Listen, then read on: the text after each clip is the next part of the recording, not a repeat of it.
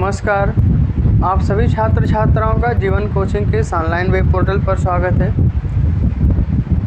Environment हम लोग आज शुरू करेंगे और एक इन्वायरमेंट का एक चैप्टर हम लोगों ने पढ़ा भी था, जो इन्वायरमेंट का एक बेसिक परिचय वाला चैप्टर था कि इन्वायरमेंट किन शब्दों से बना है, इन्वायरमेंट में हम किसको किसको शामिल करते हैं इत्यादि के बारे में हमने एक चर्चा किया था एक क्लास में। और आज हम लोग शुरू करते हैं एक नया चैप्टर जिसका नाम है इकोलॉजी एंड इकोसिस्टम, जिसको हम बोलते हैं पारिस्थितिकी एवं पारिस्थितिकीय तंत्र। ये हमारे पूरे पर्यावरण का एक बहुत ही इम्पॉर्टेंट चैप्टर है, क्योंकि यह एक बेसिक चैप्टर है। आप इसको समझे बिना आगे की चीज़ें थोड़ा सा समझने में आपको प्रॉब्लम हो सकती हैं। आप इस चैप्टर के बारे में भली भांति परिचित हो जाएंगे, बस एक बार आप अच्छे से इसको पढ़ के रिवीजन कर लीजिएगा।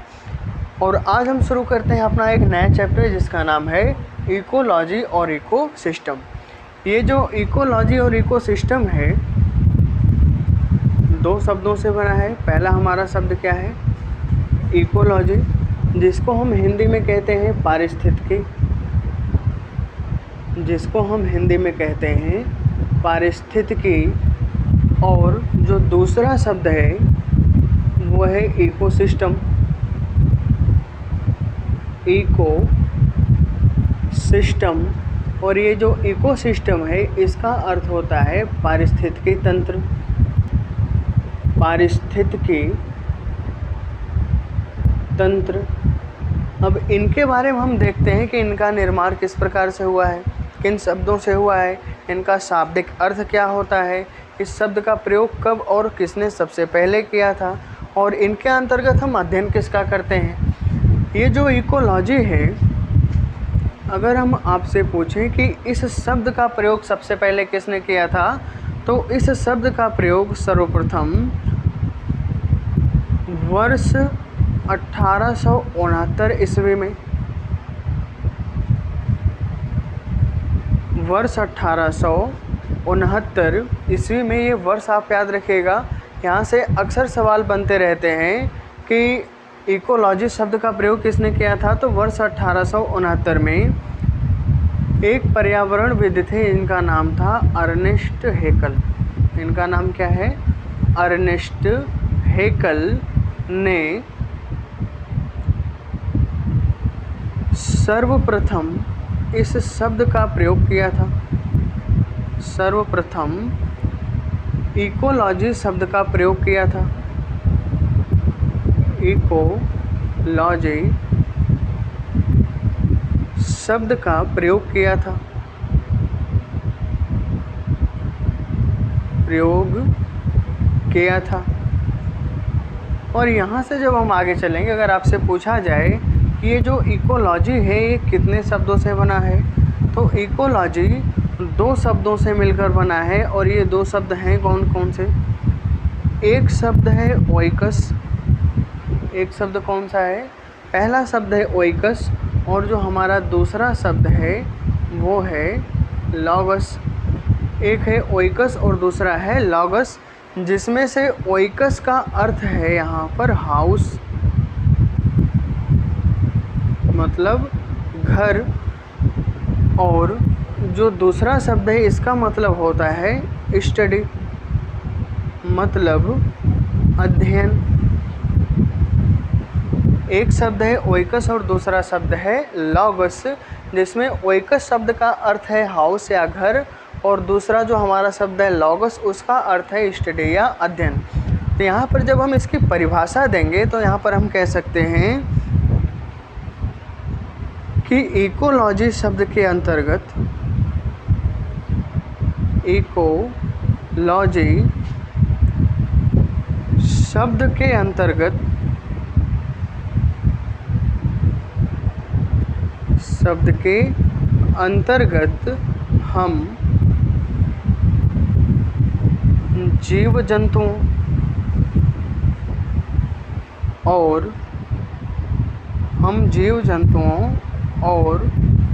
उनके निवास स्थान का अध्ययन करते हैं। जीव जंतुओं और उनके निवास स्थान का अध्ययन करते हैं। तो यहाँ पर चीज़ें क्लियर हो गई होंगी। अगर आपसे पूछा जाए कि इकोलॉजी के अंतर्गत हम किसका अध्ययन करते हैं या इकोलॉजी शब्द की परिभाषा क्या होगी, तो यहाँ पर हमारा आंसर होगा कि इकोलॉजी शब्द के अंतर्गत या इकोलॉजी के अंतर्गत हम जीव जंतु और उनके निवास स्थान का क्या करते हैं, अध्ययन करते हैं। और इकोलॉजी शब्द का प्रयोग सबसे पहले किसने किया था, तो वर्ष 1869 ईस्वी में अर्नेस्ट हैकेल ने इकोलॉजी शब्द का प्रयोग किया था। ये जो इकोलॉजी शब्द है यह दो शब्दों से बना है, एक है ओइकस और दूसरा है लॉगस। ओइकस का मतलब होता है हाउस और लॉगस का मतलब होता है स्टडी या अध्ययन। मतलब मिला जुला कर हम कह सकते हैं कि इकोलॉजी के अंतर्गत हम जीव जंतु और उनके निवास स्थान का क्या करते हैं, अध्ययन करते हैं। जो हमारा दूसरा शब्द है इकोसिस्टम, इस शब्द का प्रयोग सर्वप्रथम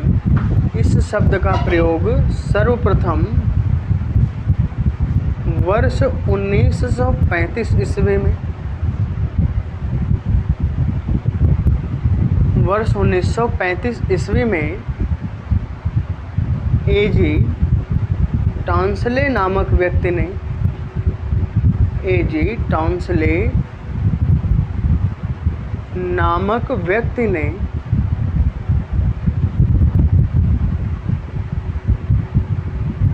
इकोसिस्टम शब्द का प्रयोग किया।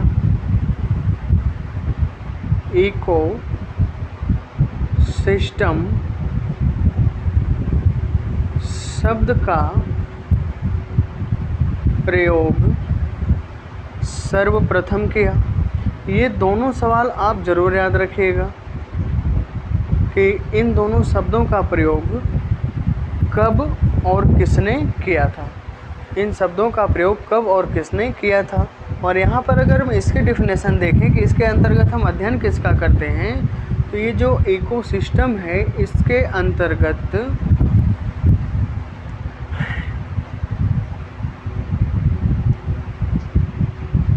इकोसिस्टम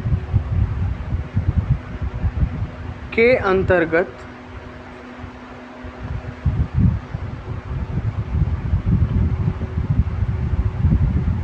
जीव जंतुओं, उनकी शारीरिक संरचना, उनके शारीरिक संरचना,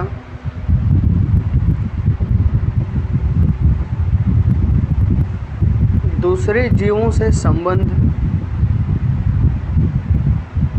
दूसरे जीवों से संबंध कैसा है, कार्य करने की प्रणाली, कार्य करने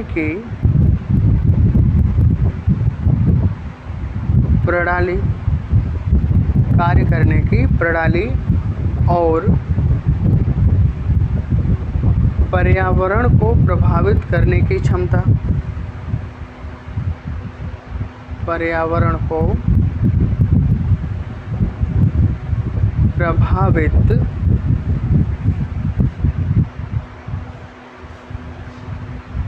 करने की क्षमता,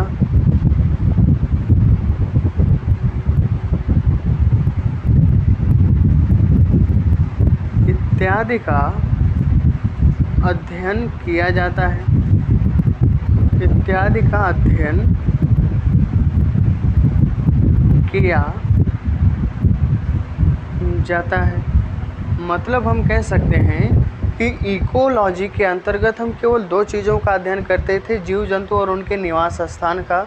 लेकिन जब हम इकोसिस्टम की बात करेंगे तो इकोसिस्टम एक बहुत ही व्यापक विषय है और इसके अंतर्गत हम जीव जंतुओं का तो अध्ययन करते हैं, उनकी शारीरिक बनावट किस प्रकार से है, शारीरिक संरचना कैसी है, उसका भी अध्ययन करते हैं। जो जीव हैं ये जीव एक दूसरे को किस तरीके से प्रभावित करते हैं, एक जीव का दूसरे जीव से संबंध कैसा है, और ये पर्यावरण को किस तरीके से प्रभावित करते हैं, पर्यावरण इनको किस तरीके से प्रभावित करता है। मतलब मिला जुलाकर पूरे जीव जगत का जब हम संपूर्ण समग्र अध्ययन करते हैं तो उसको हम क्या बोलते हैं? उसको हम बोलते हैं इकोसिस्टम। इकोसिस्टम के अंतर्गत हम पूरा का पूरा क्या करते हैं? अध्ययन करते हैं। तो चीज़ें समझ में आई होंगी यहाँ पर। एक बार आप इसको पुनः रिवीजन कर लीजिए। जैसे अगर आपसे पूछा जाए कि इकोलॉजी शब्द का प्रयोग सबसे पहले कब हुआ था, तो आप कहेंगे वर्ष 1869 में। इकोलॉजी शब्द का प्रयोग किया किसने था? तो हम कहेंगे कि अर्नेस्ट हेकल ने किया था। अगर आपसे पूछा जाए कि इकोलॉजी के अंतर्गत हम किसका अध्ययन करेंगे, तो आप कह सकते हैं कि जीव जंतुओं और उनके निवास स्थान का अध्ययन हम करेंगे। और जो इकोलॉजी है यह किन शब्दों से बना हुआ है? तो इकोलॉजी मुख्य रूप से दो शब्दों से बना है, जिसमें एक शब्द है ओइकस और दूसरा शब्द है लॉगस। ओइकस का अर्थ होता है होम या हाउस, और दूसरा शब्द होता है लॉगस। लॉगस का मतलब होता है स्टडी, और इन दोनों का मतलब होता है उनके निवास स्थान का अध्ययन। और जो दूसरा शब्द है इकोसिस्टम, इकोसिस्टम शब्द का प्रयोग सबसे पहले वर्ष 1935 में एजी टॉन्सले ने किया था। और इकोसिस्टम के अंतर्गत हम एक पूरे संपूर्ण पर्यावरण का अध्ययन करते हैं, जिसमें जीव जंतु, उनके निवास स्थान, उनके कार्य करने की क्षमता, कार्य करने की प्रणाली, एक दूसरे से संबंध, एक दूसरे से प्रभावित करने की क्रिया, उनकी शारीरिक संरचना, बनावट, एक संपूर्ण अध्ययन करते हैं हम इस इकोसिस्टम के अंतर्गत। और इकोसिस्टम शब्द का प्रयोग सबसे पहले किसने किया था? वर्ष 1935 में एजी टॉन्सले ने किया था। अब यहाँ से हम आगे चलते हैं तो देखते हैं कि जो हमारा इकोसिस्टम है, जो हमारा इकोसिस्टम है, पारिस्थितिकी तंत्र है, इसके कुल घटक कितने हैं? इसके कुल घटक कितने हैं? तो हम कह सकते हैं कि जो इकोसिस्टम है इसके कुल 3 घटक हैं। जो इकोसिस्टम है इसके कुल 3 घटक हैं, जिसमें से पहला जो घटक है इसको हम कहते हैं उत्पादक। जो पहला घटक है इसको हम बोलते हैं उत्पादक, और इसको हम कहते हैं प्रोड्यूसर। जो दूसरा घटक है, दूसरे घटक को हम कहते हैं उपभोक्ता। दूसरे घटक को हम कहते हैं उपभोक्ता, जिसको हम बोलते हैं कंज्यूमर। और जो तीसरा घटक है, तीसरे घटक को हम कहते हैं अपघटनकर्ता। तीसरे घटक को हम कहते हैं अपघटनकर्ता, और इस अपघटनकर्ता को हम कहते हैं डीकम्पोज़र।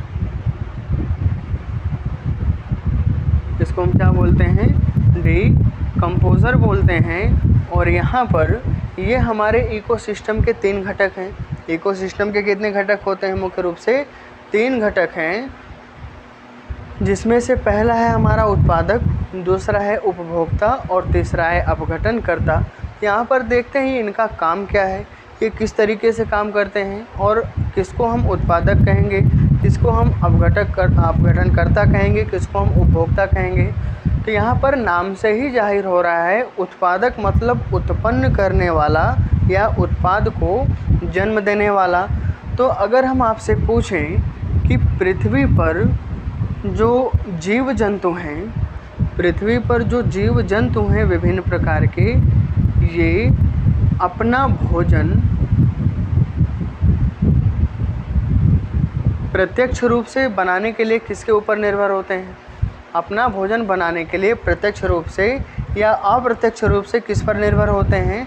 तो सभी जीव जंतु अपना भोजन बनाने के लिए प्रत्यक्ष या अप्रत्यक्ष रूप से कहीं ना कहीं निर्भर होते हैं हमारे उत्पादकों के ऊपर। और ये उत्पादक क्या होते हैं? उत्पादक होते हैं हमारे हरे पेड़ पौधे, हरे पेड़ पौधे, शैवाल,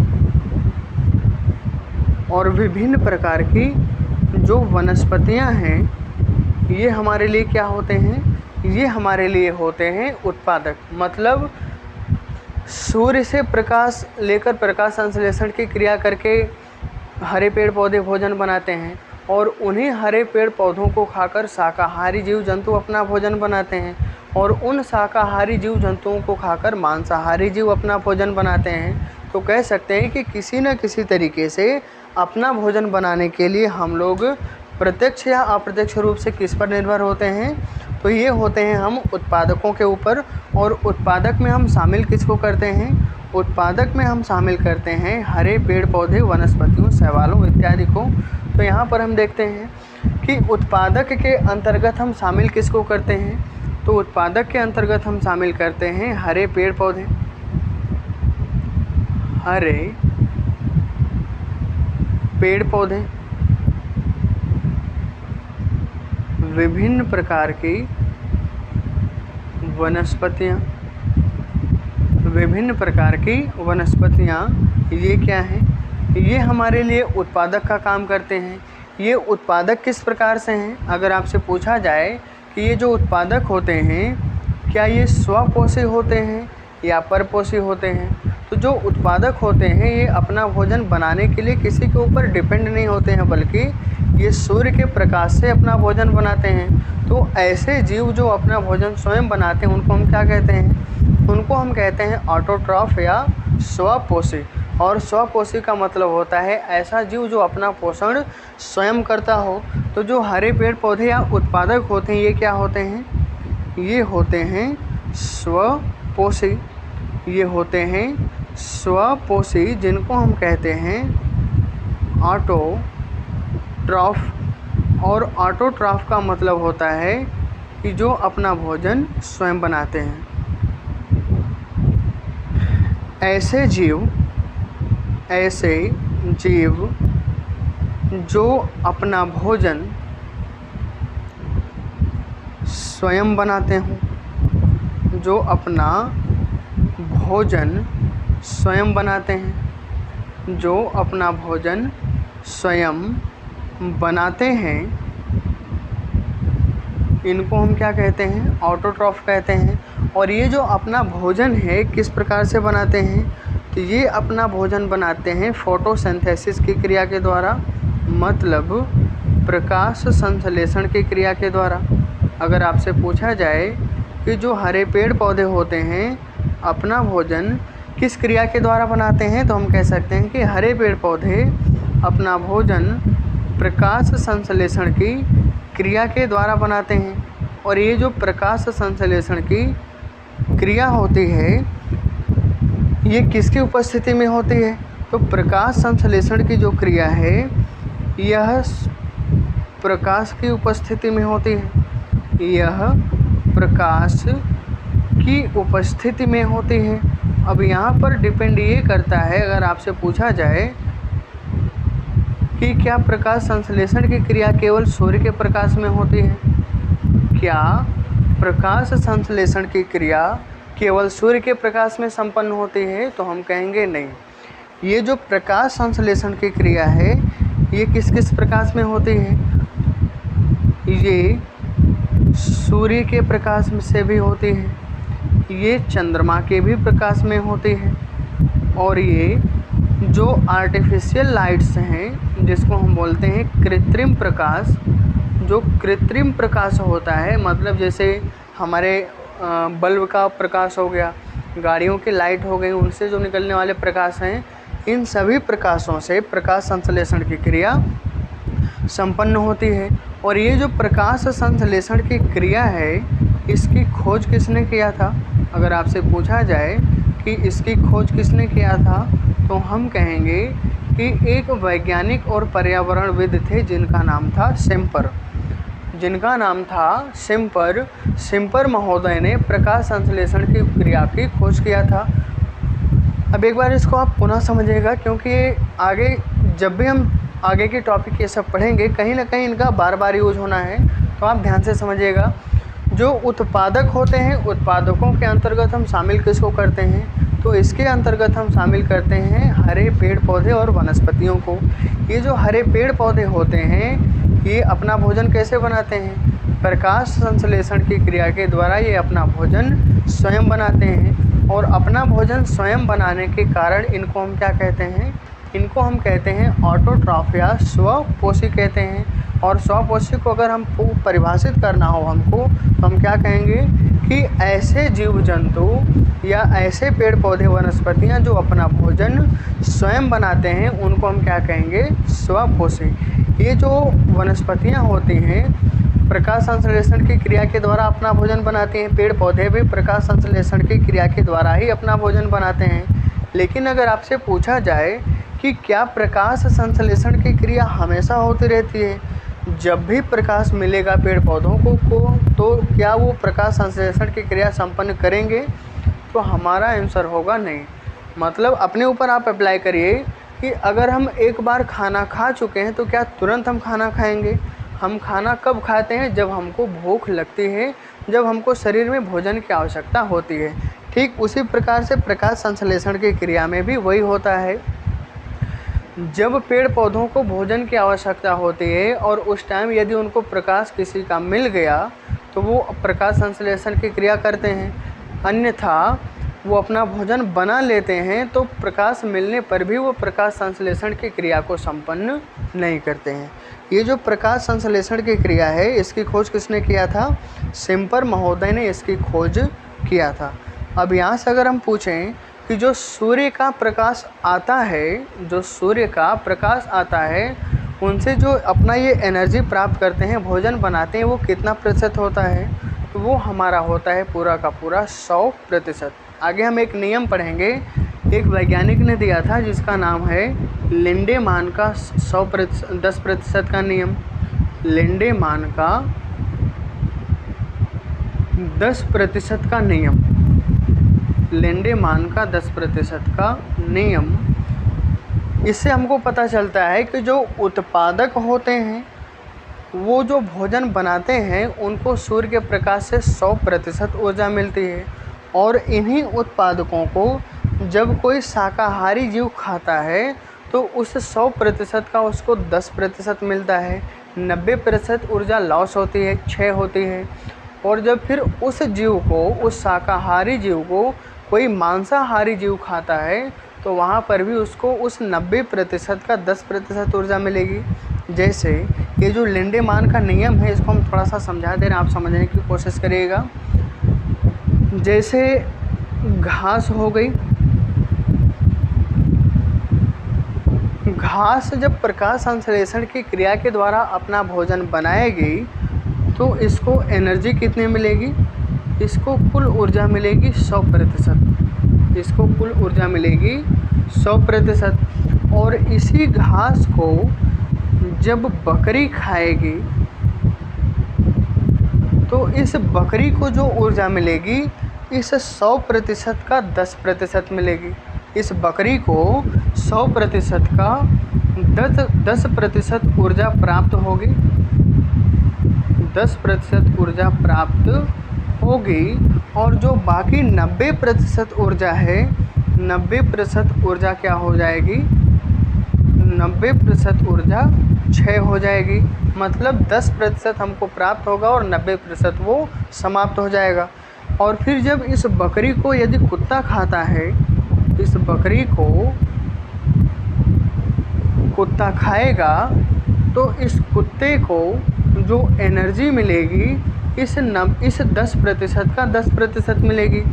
इस कुत्ते को, बकरी को कुत्ता जब खाएगा तो इस कुत्ता को जो ऊर्जा मिलेगी, इस 10% का 10% मिलेगी।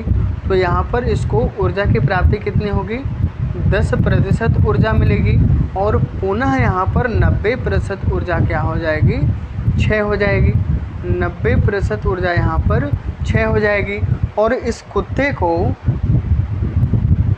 अगर भेड़िया खाता है, इस कुत्ते को अगर भेड़िया खाता है तो इस भेड़िया को भी उस 10% का 10% ऊर्जा मिलेगा। भेड़िया को इस 10% का 10% ऊर्जा मिलेगा। मतलब इसको भी इस 10% की 10% ऊर्जा प्राप्त होगी। लेकिन यहाँ भी 90% एनर्जी क्या हो जाएगी? क्षय हो जाएगी। और इस भेड़िया को जब शेर खाएगा तो इस शेर को भी कितने मिलेगी? इस 10% का 10% ऊर्जा मिलेगी और यहाँ पर भी 90% ऊर्जा क्या होगी, क्षय होगी। मतलब एक पोषण स्तर से दूसरे पोषण स्तर में जाने पर अगर आपसे पूछा जाए कि कितने प्रतिशत ऊर्जा का क्षय होता है तो हम कहेंगे 90% ऊर्जा का क्षय होता है। कितनी प्रतिशत एनर्जी प्राप्त होती है तो 10% एनर्जी प्राप्त होती है। और इस नियम को देने वाले वैज्ञानिक का नाम था लिंडेमान और इसी आधार पर कहा जाता है इस नियम को लिंडेमान का 10% का नियम। इसको हम क्या कहते हैं, लिंडेमान का 10% का नियम। तो यहाँ से हम आगे चलते हैं, ये चीज़ें समझ में आ गई होंगी कि मतलब जो हमारे प्राकृतिक उत्पादक हैं, ये जो हमारी घास है, घास यहाँ पर क्या हो जाएगी, घास यहाँ पर हो जाएगी हमारी उत्पादक। घास हमारा क्या हो जाएगा, उत्पादक हो जाएगा। और उत्पादकों का जो एनर्जी लेवल होता है वो सभी पोषण स्तरों में सबसे हाई होता है। मतलब इनको ऊर्जा की प्राप्ति सबसे अधिक होती है। तो उसी प्रकार से यहाँ पर जो हमारे प्रकाश संश्लेषण की क्रिया के द्वारा ये उत्पादक अपना भोजन बनाते हैं, इस भोजन में ऊर्जा की प्राप्ति सबसे अधिक होती है। प्रकाश संश्लेषण की क्रिया से अपना भोजन बनाते हैं तो यहाँ पर ऊर्जा की मात्रा 100% होती है। अब यहाँ से अगर आपसे पूछा जाए कि ये जो प्रकाश संश्लेषण है इस क्रिया में होता क्या है, प्रकाश संश्लेषण की जो क्रिया है इस क्रिया में दो काम होते हैं। एक तो पेड़ पौधे ऑक्सीजन को क्या करते हैं, ऑक्सीजन उत्सर्जित करते हैं। पेड़ पौधे ऑक्सीजन उत्सर्जित करते हैं और जो कार्बन डाइऑक्साइड है इसको क्या करते हैं, ग्रहण करते हैं।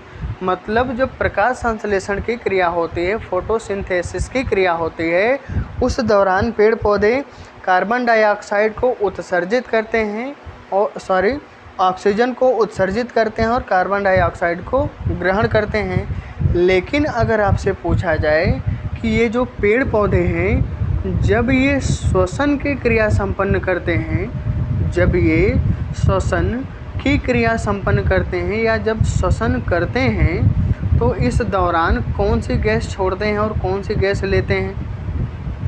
तो जब ये श्वसन की क्रिया करते हैं तो इस दौरान ठीक एक मनुष्य की तरह ये ऑक्सीजन को क्या करते हैं, ग्रहण करते हैं। ये ऑक्सीजन को ग्रहण करते हैं और CO2 को क्या करते हैं, उत्सर्जित करते हैं। ये ऑक्सीजन को ग्रहण करते हैं और CO2 को उत्सर्जित करते हैं। इसीलिए कहा जाता है कि रात के समय में पेड़ पौधों के नीचे सोना नहीं चाहिए, क्योंकि जो पेड़ पौधे होते हैं दिन के समय में मैक्सिमम प्रकाश संश्लेषण की क्रिया करते हैं और रात के समय में ये श्वसन की क्रिया संपन्न करते हैं। तो यहाँ पर श्वसन के दौरान पेड़ पौधे कार्बन डाइऑक्साइड को उत्सर्जित करते हैं और ऑक्सीजन को ये ग्रहण करते हैं। लेकिन प्रकाश संश्लेषण की क्रिया में ठीक उल्टा होता है। प्रकाश संश्लेषण की क्रिया में ये ऑक्सीजन को उत्सर्जित करते हैं और कार्बन डाइऑक्साइड को ग्रहण करते हैं। चीज़ें समझ में आई होंगी।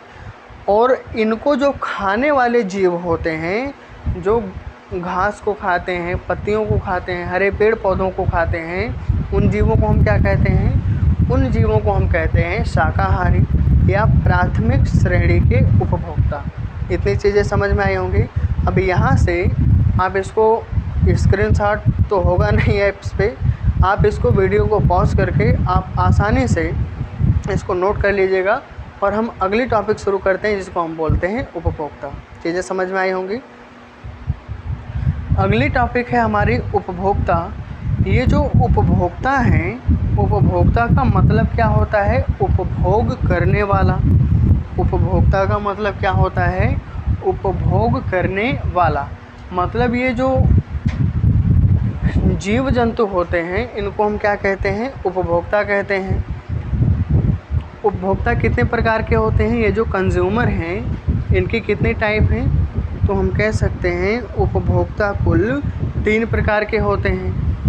एक होता है हमारा प्राथमिक उपभोक्ता, एक है हमारा प्राथमिक उपभोक्ता या इसी को कहते हैं प्राथमिक श्रेणी का उपभोक्ता। प्राथमिक श्रेणी का उपभोक्ता या प्राथमिक उपभोक्ता, और इसी को हम कहते हैं प्राइमरी कंज्यूमर। इसको हम बोलते हैं प्राइमरी कंज्यूमर। और जो दूसरा उपभोक्ता होता है इसको हम बोलते हैं सेकेंडरी कंज्यूमर।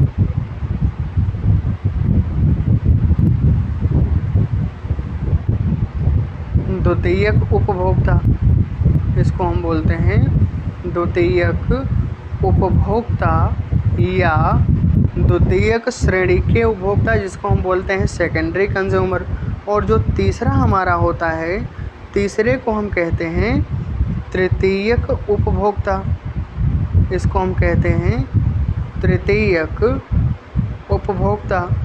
ये जो तृतीयक उपभोक्ता होते हैं इनके बारे में भी हमको डीप में पढ़ना है, तो हम थोड़ा सा समझते हैं इनके बारे में कि प्राथमिक क्या होते हैं, द्वितीयक क्या होते हैं और तृतीयक क्या होते हैं। ऐसे जीव जंतु जो अपना भोजन बनाने के लिए या जो अपने भोजन के लिए किसके ऊपर निर्भर होते हैं, उत्पादकों के ऊपर निर्भर होते हैं। ऐसे जीव जंतु जो अपना भोजन बनाने के लिए या जो अपने भोजन के लिए कहीं ना कहीं प्रत्यक्ष रूप से निर्भर होते हैं उत्पादकों के ऊपर, तो ऐसे उपभोक्ताओं को हम क्या कहते हैं, प्राथमिक श्रेणी के उपभोक्ता। यहाँ पर हम कह सकते हैं कि उत्पादकों को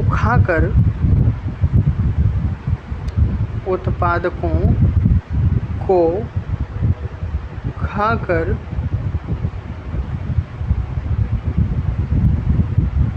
भोजन बनाने वाले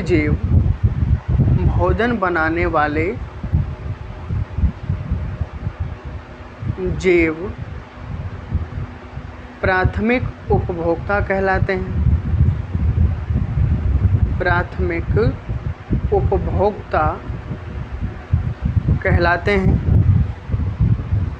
प्राथमिक उपभोक्ता कहलाते हैं। या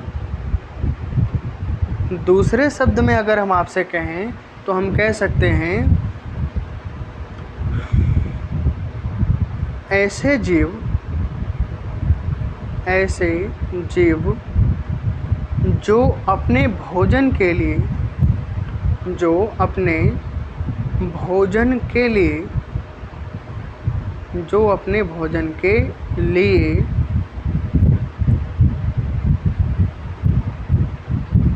उत्पादकों पर निर्भर होते हैं, उत्पादकों पर प्रत्यक्ष रूप से निर्भर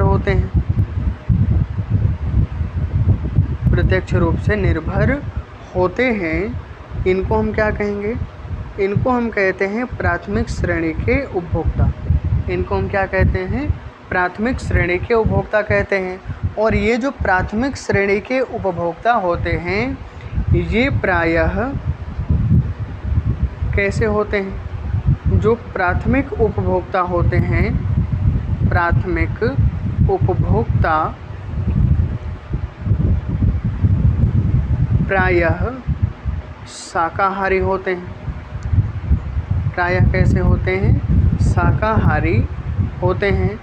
मतलब ऐसे जीव जंतु जो अपना भोजन बनाने के लिए घास का प्रयोग करते हैं, जो अपने भोजन के लिए घास का प्रयोग करते हैं, हरी पत्तियों का प्रयोग करते हैं, हरे वनस्पतियों का प्रयोग करते हैं, उनको हम शाकाहारी कहेंगे। और ये जो प्राथमिक उपभोक्ता होते हैं ये प्रायः कैसे होते हैं, शाकाहारी होते हैं। और यहाँ पर एक चीज़ आप और नोट करिएगा कि जो उपभोक्ता होते हैं ये सभी के सभी उपभोक्ता कैसे होते हैं, ये सभी के सभी उपभोक्ता होते हैं परपोषी। ये सभी के सभी उपभोक्ता कैसे होते हैं, परपोषी। परपोषी को हम क्या कहते हैं, इसको हम कहते हैं हेट्रोट्रॉफ। इसको हम कहते हैं हेट्रोट्रॉफ। परपोषी का जो मतलब होता है कि जो अपना भोजन बनाने के लिए दूसरे जीवों पर निर्भर होता है। ऐसे जीव जो अपने भोजन के लिए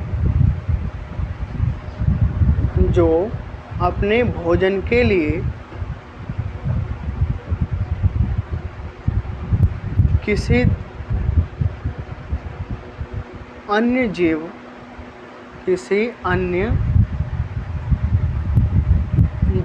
पर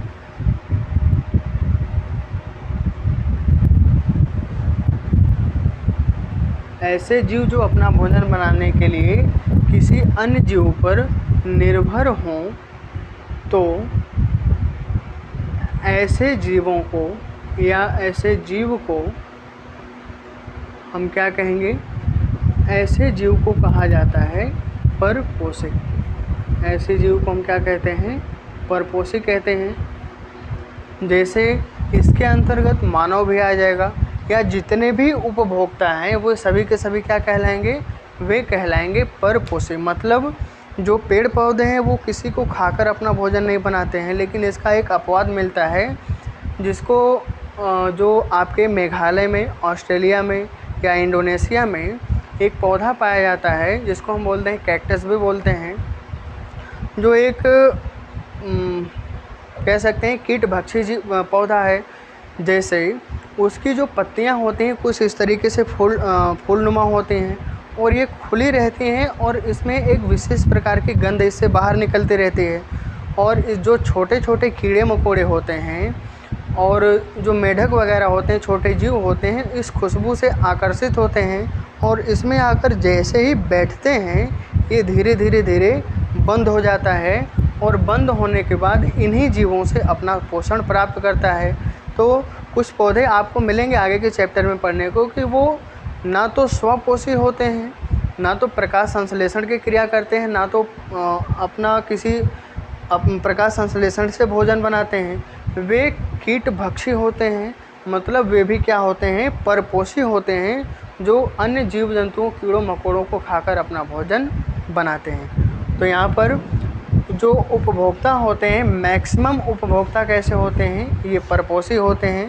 तो यहाँ पर हम देख सकते हैं कि जो प्राथमिक उपभोक्ता हैं ये अपना भोजन बनाने के लिए किसके ऊपर निर्भर होते हैं? ये प्राथमिक उपभोक्ता अपना भोजन बनाने के लिए निर्भर होते हैं उत्पादकों के ऊपर, या इन्हीं को हम कहते हैं प्राथमिक उत्पादक। इन्हीं को हम क्या कहते हैं? प्राथमिक उत्पादक भी कहते हैं, और इनको खाकर ही अपना भोजन बनाते हैं, और इसलिए ये क्या होते हैं? ये होते हैं शाकाहारी। अब थोड़ा सा एग्जाम्पल में देख लेते हैं कौन कौन से जीव हैं। अगर हम एग्जाम्पल की बात करें तो यहाँ पर जैसे आपकी बकरी भी आ जाएगी, गाय हो गई, भैंस हो गई, हिरन हो गया, खरगोश हो गया,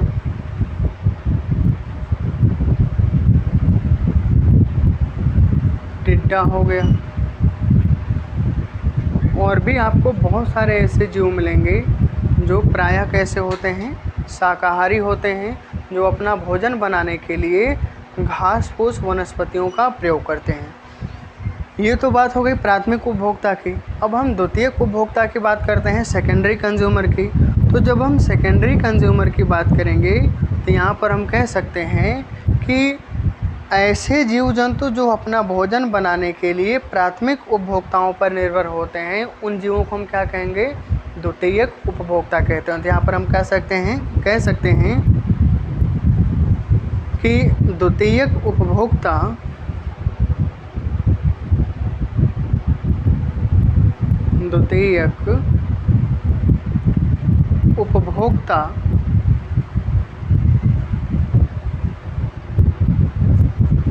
अपना भोजन बनाने के लिए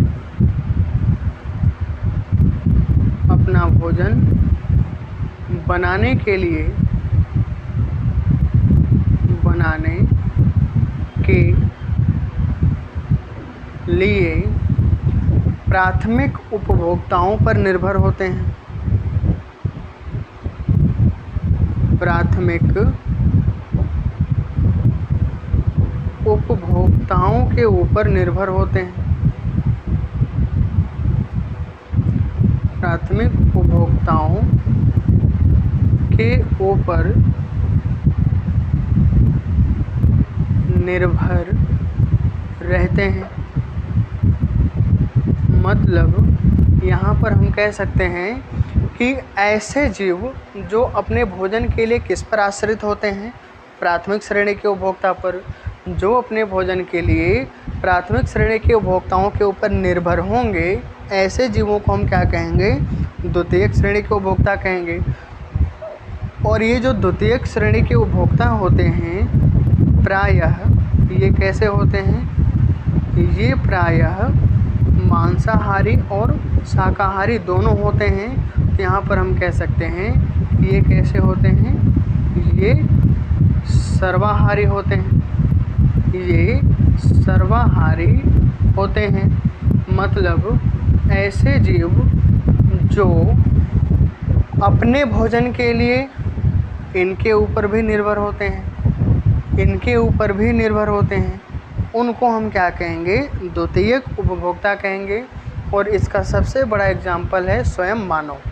मनुष्य या हम लोग क्या हैं?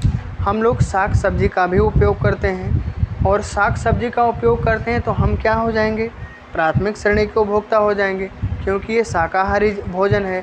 और जब हम प्राथमिक उपभोक्ताओं को खाकर अपना भोजन बनाते हैं, जैसे आप मांस मछली का प्रयोग करते हैं, तो मांस मछली का प्रयोग करते हैं तो आप शाकाहारी तो रहे नहीं, आप मांसाहारी हो जाएंगे। और जो मांसाहारी होते हैं वो किस श्रेणी में आएंगे? वो आएंगे द्वितीयक श्रेणी के उपभोक्ता में। तो यहाँ पर हम कह सकते हैं कि ऐसे जीव जो अपने भोजन के लिए प्राथमिक श्रेणी के उपभोक्ता और उत्पादकों के ऊपर प्रत्यक्ष रूप से निर्भर होते हैं या अप्रत्यक्ष रूप से निर्भर होते हैं, उनको हम कहेंगे द्वितीयक श्रेणी के उपभोक्ता। और एग्जाम्पल में यहाँ पर हम देख लेते हैं, एग्जाम्पल में कौन कौन से हैं। जैसे आप मानव को ले लीजिए, आपका कुत्ता, बिल्ली,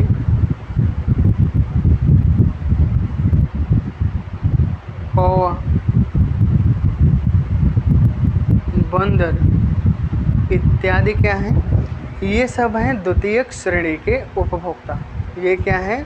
द्वितीयक श्रेणी के उपभोक्ता हैं। मतलब आप कुत्ते को देखेंगे कि शाकाहारी भोजन भी करता है, जैसे आपको रोटी दे दिया जाए, इसको चावल सब्जी दे दिया, जो भी दे दिया जाए खाता है, और फिर ये मांस का भी प्रयोग करता है। इस तरीके से ये हो गया आपका द्वितीयक श्रेणी के उपभोक्ता। बिल्ली की भी वही हाल है, ये शाकाहारी और मांसाहारी दोनों हैं। कौवा के भी वही हाल है। और जो बंदर होते हैं, इसमें आपको थोड़ा सा कन्फ्यूज़न हो सकता है कि बंदर प्योर शाकाहारी होता है, जबकि ये केवल शाकाहारी नहीं होता है। आप वैसे नॉर्मल में देखेंगे बंदर शाकाहारी होते हैं, लेकिन जब बारिश का सीज़न होता है या ऐसा मौसम जिसमें जो कीड़े मकोड़े छोटे छोटे उड़ने वाले होते हैं, जिनको हम सामान्य में तोता बोलते हैं, जो छोटे छोटे होते हैं, आप देखेंगे तो ये जो छोटे वाले बंदर होते हैं उनको बीन कर खाते हैं, उनको बड़े चाव से लोग खाते हैं। तो हम कह सकते हैं कि जो हमारा बंदर है ये भी क्या होगा? द्वितीयक श्रेणी का उपभोक्ता होगा। मतलब ऐसे जीव जो अपने भोजन के लिए किसके ऊपर निर्भर हों? या तो उत्पादक के ऊपर निर्भर हों, या तो प्राथमिक श्रेणी के उपभोक्ताओं के ऊपर निर्भर हों, या तो दोनों के ऊपर निर्भर हों, तो ऐसे जीवों को हम क्या कहेंगे? द्वितीयक श्रेणी के उपभोक्ता। और द्वितीयक श्रेणी के उपभोक्ता प्रायः कैसे होते हैं? ये सर्वाहारी होते हैं। सर्वाहारी का मतलब है कि मांसाहारी और शाकाहारी दोनों, मांसाहारी और शाकाहारी दोनों, इनको हम बोलते हैं सर्वाहारी। और जो लास्ट और तीसरा हमारा बचता है यह है तृतीयक श्रेणी का उपभोक्ता। और जो तृतीयक श्रेणी के उपभोक्ता होते हैं, तृतीयक श्रेणी के उपभोक्ता की अगर हम डेफिनेशन बोलें तो ये हो जाएगा कि ऐसे जीव जो अपने भोजन के लिए प्राथमिक श्रेणी के उपभोक्ता और द्वितीयक श्रेणी के उपभोक्ता के ऊपर डिपेंडेंट होते हैं, ऐसे जीवों को हम क्या कहेंगे? तृतीयक श्रेणी के उपभोक्ता। यहाँ पर हम डेफिनेशन में लिख सकते हैं कि ऐसे जीव जो अपना भोजन जो अपना भोजन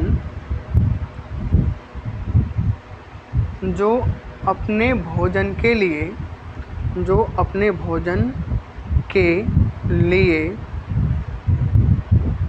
प्राथमिक श्रेणी के उपभोक्ता और द्वितीयक श्रेणी के उपभोक्ता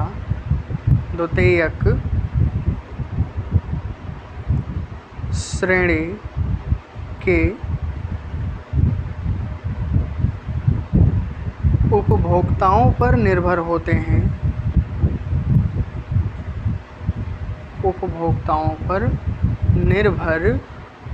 हैं या निर्भर रहते हैं, तो ऐसे जीवों को हम क्या कहते हैं? ऐसे जीवों को तृतीयक श्रेणी का उपभोक्ता कहते हैं। तृतीयक श्रेणी का उपभोक्ता कहते हैं। तृतीयक श्रेणी का उपभोक्ता कहा जाता है। तृतीयक श्रेणी का उपभोक्ता कहा जाता है। और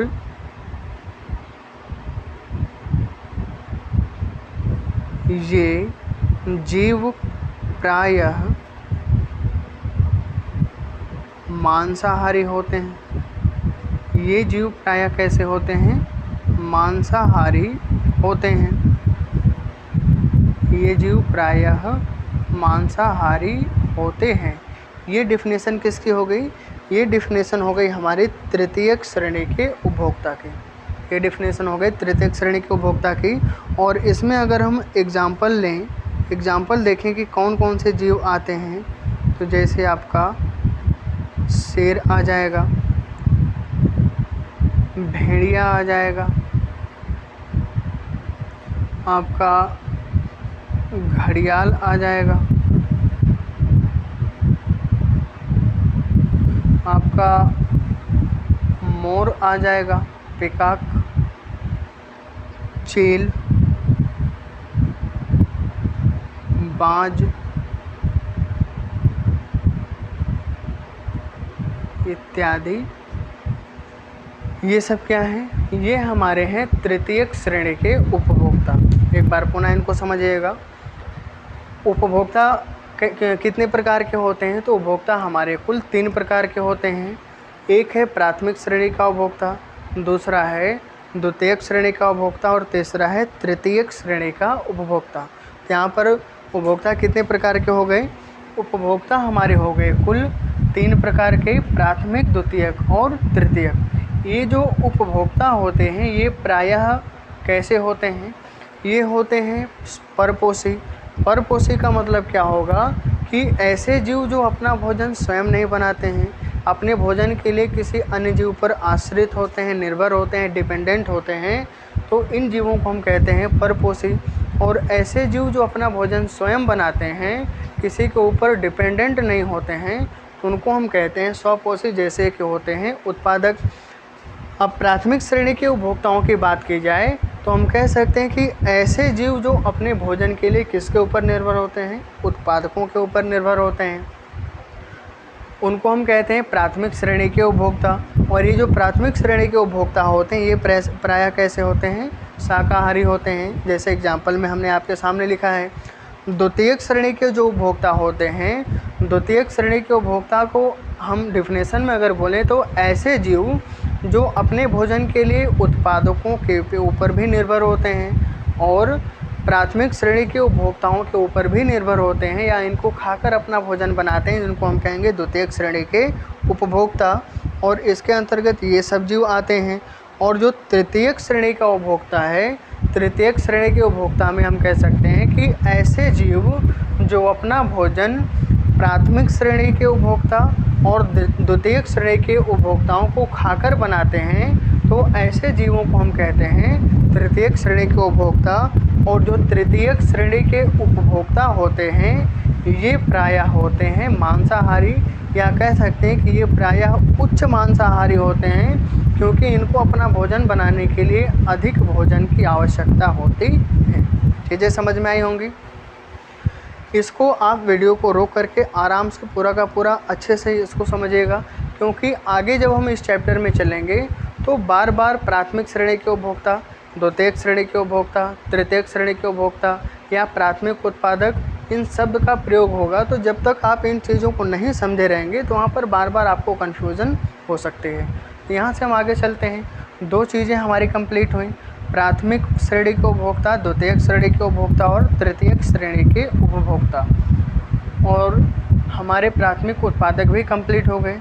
तो तीसरा और लास्ट इसमें बचा हुआ है हमारा अपघटनकर्ता। जो तीसरा और लास्ट है ये है हमारा अपघटनकर्ता। और अपघटनकर्ता शब्द से ही कुछ जाहिर हो रहा है। अपघटनकर्ता का मतलब होता है अपघटित करने वाला, उसको तोड़ने फोड़ने वाला, उसको सड़ाने गलाने वाला। तो अपघटनकर्ता की अगर हम डेफिनेशन की बात करें तो यहाँ पर हम कह सकते हैं कि ऐसे जीव जो उत्पादकों और उपभोक्ताओं, यहाँ पर किसी स्पेशली श्रेणी के जीव का बात नहीं हो रही है, ऐसे जीव जो किसी उत्पादक और उपभोक्ता की मृत्यु के बाद उनको सड़ाने गलाने का काम करते हैं, उनके शरीर जिन तत्वों से मिलकर बने हैं उन तत्वों के मूल स्थान में उनको पहुंचाने का काम करते हैं, हमारे पर्यावरण को साफ रखने का काम करते हैं, इत्यादि जो काम करते हैं वो क्या होते हैं, ये होते हैं अपघटनकर्ता या डीकम्पोजर। तो यहाँ पर हम अगर डेफिनेशन में आपसे पूछें तो आप कह सकते हैं कि ऐसे जीव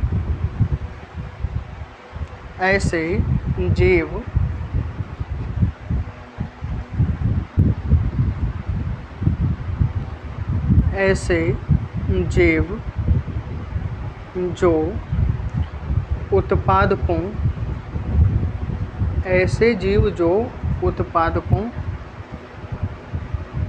उपभोक्ताओं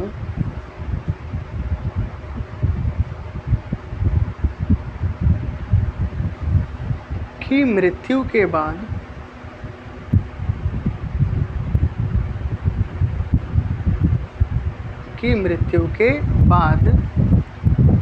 इनकी जटिल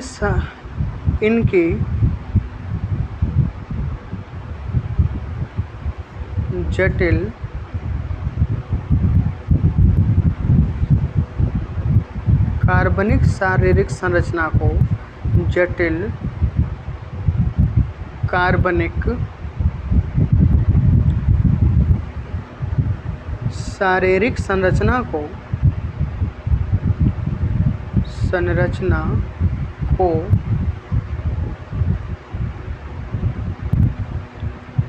सरल कार्बनिक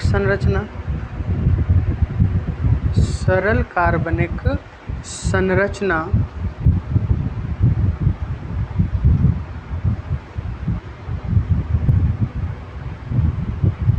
में बदलने का कार्य करते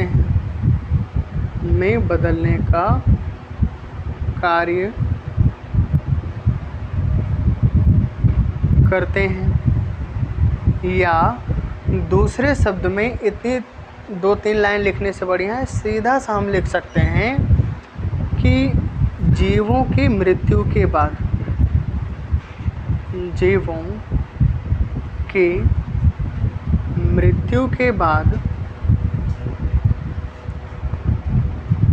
इनको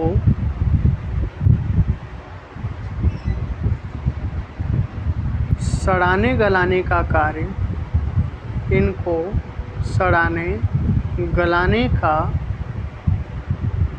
कार्य करने वाले जीवों को हम क्या कहते हैं, कार्य करने वाले जो जीव होते हैं उन्हीं जीवों को हम क्या कहते हैं, अपघटनकर्ता कहते हैं। मतलब जैसे आप देखते होंगे अक्सर कोई जानवर है, कोई जीव है, वो बाहर खुले में मर गया और मरने के बाद धीरे धीरे वो सड़ने लगता है, उसमें विभिन्न प्रकार के कीटाणु पड़ जाते हैं। तो वही कीटाणु जो उनको सड़ाने गलाने का काम करते हैं, इनको भोजन बनाकर इनको पर्यावरण को स्वच्छ करने का काम करते हैं, वही क्या होते हैं, हमारे अपघटनकर्ता होते हैं। तो यहाँ पर हम सीधी से 2 लाइन में, 1 लाइन में लिख सकते हैं कि ऐसे जीव जो जीवों की मृत्यु के बाद उनको सड़ाने गलाने का काम करते हैं, इनको हम क्या कहते हैं, अपघटनकर्ता कहते हैं। और जो अपघटनकर्ता होते हैं ये पर्यावरण को साफ और स्वच्छ रखने में भी अपना योगदान देते हैं। अपघटनकर्ता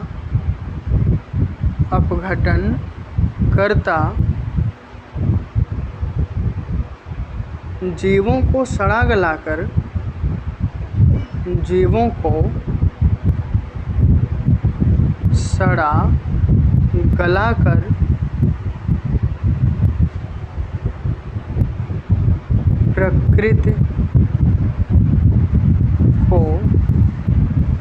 प्रकृति को या हम कह सकते हैं हमारा जो पर्यावरण है को स्वच्छ रखने का कार्य करते हैं, स्वच्छ रखने का कार्य करते हैं। और स्वच्छ रखने का कार्य करते हैं जिस कारण से, इसीलिए इनको हम क्या कहते हैं, इसीलिए अपघटनकर्ता को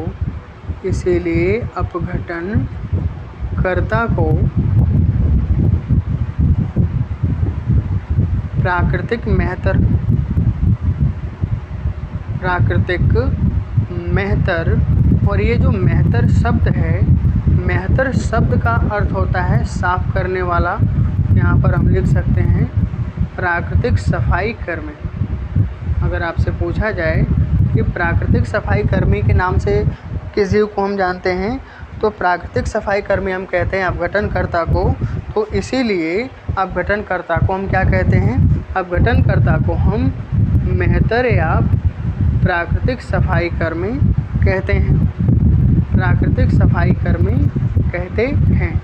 और इनसे एक सवाल और पूछा जाता है कि ये किनके बीच के जीव हैं।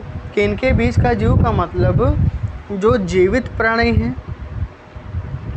जो जीवित प्राणी हैं और जो मृत प्राणी हैं। जीवित प्राणी और मृत प्राणी, इन दोनों के बीच की जो कड़ी है, इन दोनों के बीच की जो कड़ी है, और यही बीच की कड़ी कौन है, ये हैं अपघटनकर्ता। अगर आपसे कभी पूछा जाए, ये सवाल पूछा गया है कि मृत और जीवित जीवों के बीच की कड़ी या इन दोनों को जोड़ने का काम कौन करता है, तो जोड़ने का काम करता है अपघटनकर्ता। और यहाँ से एक सवाल और बना हुआ है कि ये किस प्रकार के जीव होते हैं जो अपघटनकर्ता होते हैं। अपघटनकर्ता मुख्य रूप से मृतोपजीवी होते हैं। ये जो अपघटनकर्ता हैं, अपघटनकर्ता ये मुख्य रूप से क्या होते हैं, मृतोपजीवी होते हैं। मृतोपजीवी मतलब जो मृत जीव जंतु होते हैं उनके ऊपर आश्रित रहने वाले, जो मृतोपजीवी होते हैं उनके ऊपर आश्रित रहने वाले जीवों को क्या कहते हैं, हम मृतोपजीवी कहते हैं। और मृतोपजीवी जीव का एग्जाम्पल है आपका अपघटनकर्ता या डीकम्पोजर। तो यहाँ से हमारी एक टॉपिक कंप्लीट होती है। और यहाँ से जब हम आगे चलते हैं तो हमको एक टॉपिक और मिलती है जिसको हम बोलते हैं पारिस्थितिकी निकेत या निलय। पारिस्थितिकी निकेत या निलय, उसके बारे में हम थोड़ा सा देखते हैं। पारिस्थितिकी निकेत या निलय,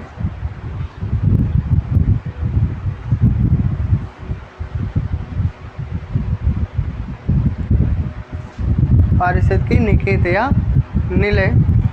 पारिस्थितिकी निकेत या निलय के बारे में अगर पूछा जाए कि किसे हम पारिस्थितिकी निकेत कहेंगे, किसे पारिस्थितिकी निलय कहेंगे, तो यहाँ पर थोड़ा सा हम समझाने की कोशिश करेंगे। आप ध्यान से समझिएगा क्योंकि ये जो टॉपिक है थोड़ा सा जियोग्राफी से रिलेटेड चीज़ अगर आप जियोग्राफी अच्छे से समझे होंगे, कटबंध के बारे में जानते होंगे, ये चीज़ें अच्छे से समझ में आएंगी।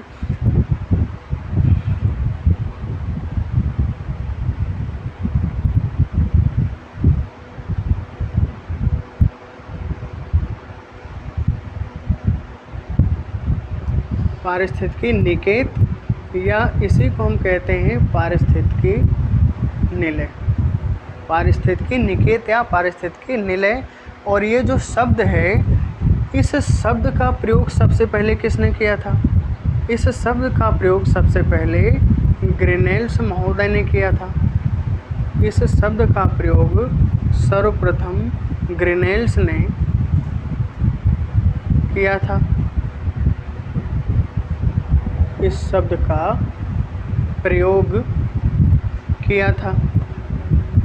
और इसके डिफिनेशन अगर आपसे पूछा जाए कि हम पारिस्थितिकी निकेत या निलय कहते किसे हैं, तो इसको समझने से पहले हम थोड़ा सा कटिबंधों के बारे में समझते हैं। जैसे पृथ्वी पर अगर हम देखें तो बहुत सारे कटिबंध पाए जाते हैं। पृथ्वी पर हमारे बहुत सारे कटिबंध पाए जाते हैं। ऐसी रेखा या ऐसी अक्षांश रेखा जो पृथ्वी को दो बराबर भागों में बांटती है, इसको हम क्या कहते हैं? इसको हम कहते हैं 0 डिग्री अक्षांश रेखा। इसको हम कहते हैं 0 डिग्री अक्षांश रेखा, या इसी को हम कहते हैं भूमध्य रेखा, या इसी को हम कहते हैं विषुवत रेखा। इसी को हम क्या कहते हैं? विषुवत रेखा भी कहते हैं। और ऊपर चलेंगे तो हमको 30 डिग्री उत्तरी अक्षांश, 30 डिग्री दक्षिणी अक्षांश, 45 डिग्री दक्षिणी अक्षांश, 45 डिग्री उत्तरी अक्षांश, 60 डिग्री उत्तरी अक्षांश और 60 डिग्री दक्षिणी अक्षांश। हम जो बताना चाह रहे हैं आप उसको थोड़ा सा समझने की कोशिश करिएगा।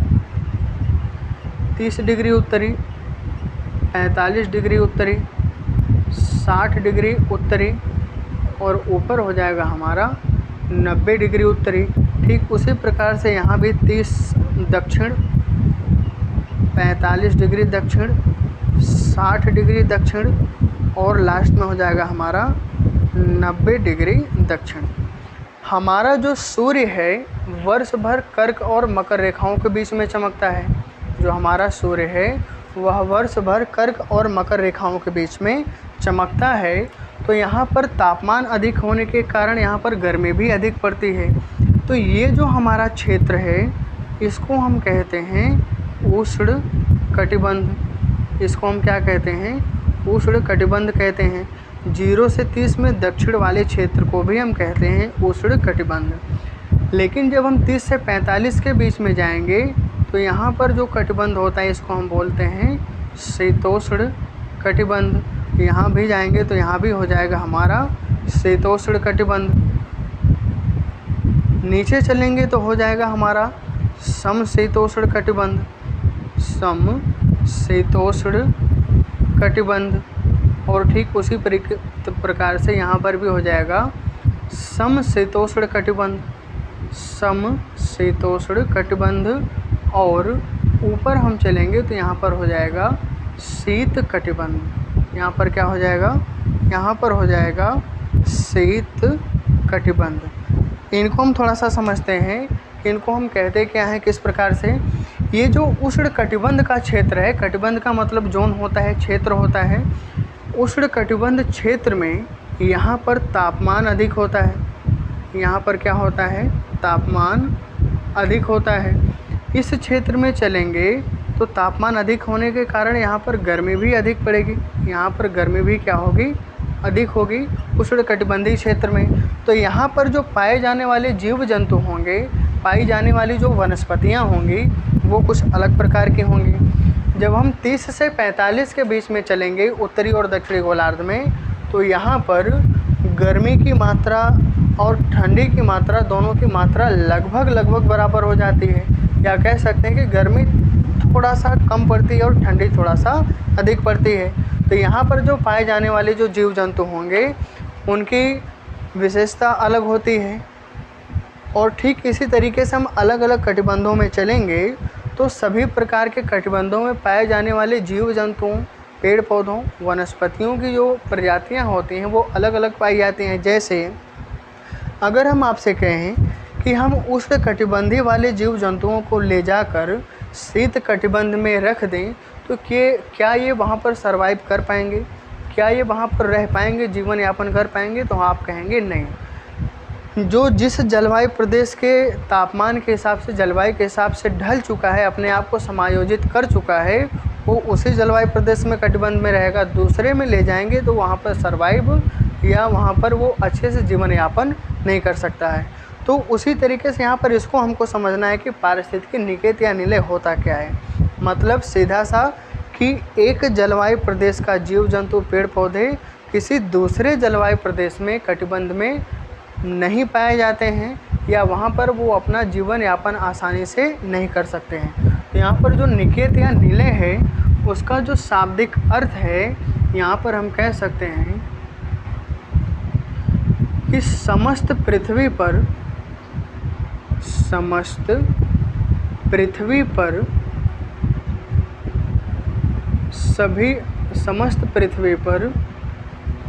सभी स्थानों पर जीव जंतु पाए जाते हैं।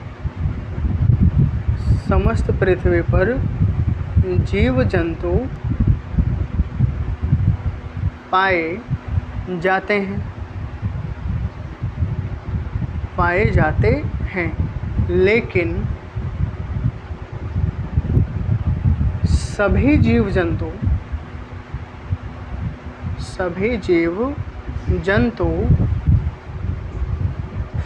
पृथ्वी के सभी स्थानों पर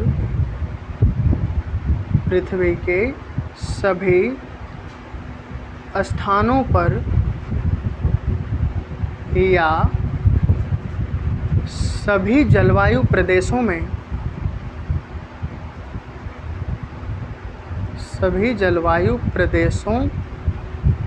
में नहीं पाए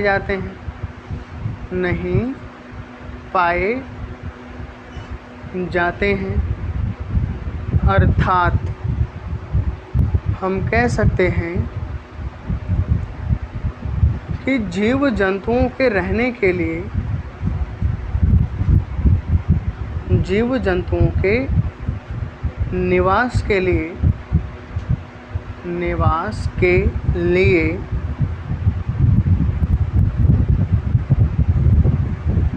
एक सुरक्षित निवास स्थान होता है।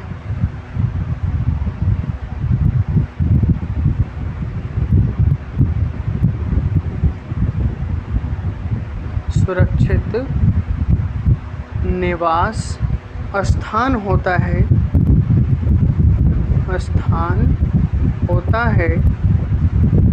और इसी सुरक्षित निवास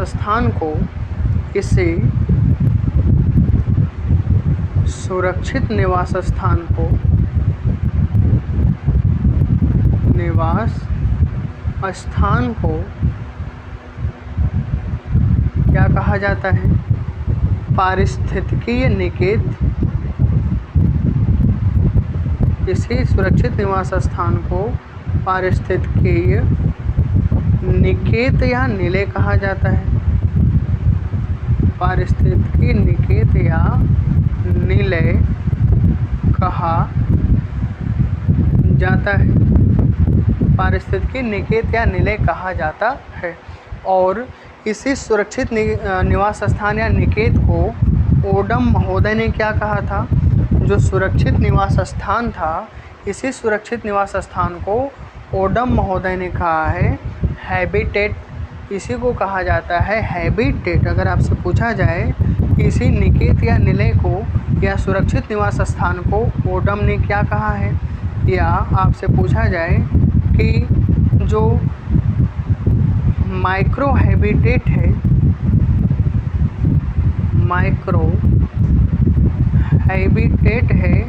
माइक्रो हैबिटेट का मतलब होता है सूक्ष्म निवास स्थान। माइक्रो हैबिटेट का मतलब होता है सूक्ष्म निवास स्थान। इस शब्द का प्रयोग किसने किया है? तो आप कह सकते हैं ओडम ने। इसको हम कह सकते हैं माइक्रो हैबिटेट का मतलब क्या होता है? सूक्ष्म निवास स्थान। इसको हम कहते हैं सूक्ष्म निवास स्थान। चीज़ें समझ में आई होंगी। एक बार इसको आप थोड़ा सा सरसरी निगाह से और देख लीजिए कि जो पृथ्वी पर तो सभी स्थानों पर जीव जंतु पाए जाते हैं, लेकिन सभी जीव जंतु पृथ्वी के सभी स्थानों पर निवास नहीं कर सकते हैं। उनको रहने के लिए एक पार्टिकुलर विशेष स्थान होता है। जो जीव जंतु जिस जलवायु प्रदेश के अनुसार अपने आप को ढाल चुका होता है वो उसी में निवास करता है और वही उसके लिए सुरक्षित निवास स्थान होता है। और उसी सुरक्षित निवास स्थान को ग्रिनेल्स ने क्या कहा था? पारिस्थितिकी निकेत या निलय कहा था। और इसी सुरक्षित निवास स्थान को या जो पारिस्थितिकी निकेत या निलय है इसी को ओडम महोदय ने क्या कहा? माइक्रो हैबिटेट कहा। और यहीं पर एक चीज़ और नोट कर लीजिएगा, प्रतिवर्ष अक्टूबर माह के प्रथम सोमवार को, प्रतिवर्ष अक्टूबर माह के प्रथम सोमवार को यहाँ से सवाल पूछा गया है कि प्रति वर्ष अक्टूबर माह के प्रथम सोमवार को कौन सा दिवस मनाया जाता है? प्रथम सोमवार को वर्ल्ड हैबिटेट डे मनाया जाता है। वर्ल्ड हैबिटेट डे मनाया जाता है। ये सवाल कई बार पूछा गया है कि वर्ल्ड हैबिटेट डे कब मनाया जाता है, तो आप कह सकते हैं प्रतिवर्ष अक्टूबर माह के प्रथम सोमवार को। तो इतनी चीज़ें समझ में आई होंगी और अगली क्लास में हम यहाँ से आगे समझने की कोशिश करेंगे। आप इस चीज़ को, जो टॉपिक आज हमने पढ़ाया है, इसको बहुत अच्छे से समझ के नोट करने का प्रयास करिएगा, याद करने का प्रयास करिएगा, क्योंकि जब आगे की चीज़ें हम पढ़ाएंगे तो इन शब्दों का बार बार प्रयोग होना है और वहाँ पर आपको कन्फ्यूज़न ना हो, इसके लिए आप इसको अच्छे से समझिएगा। तब तक के लिए धन्यवाद।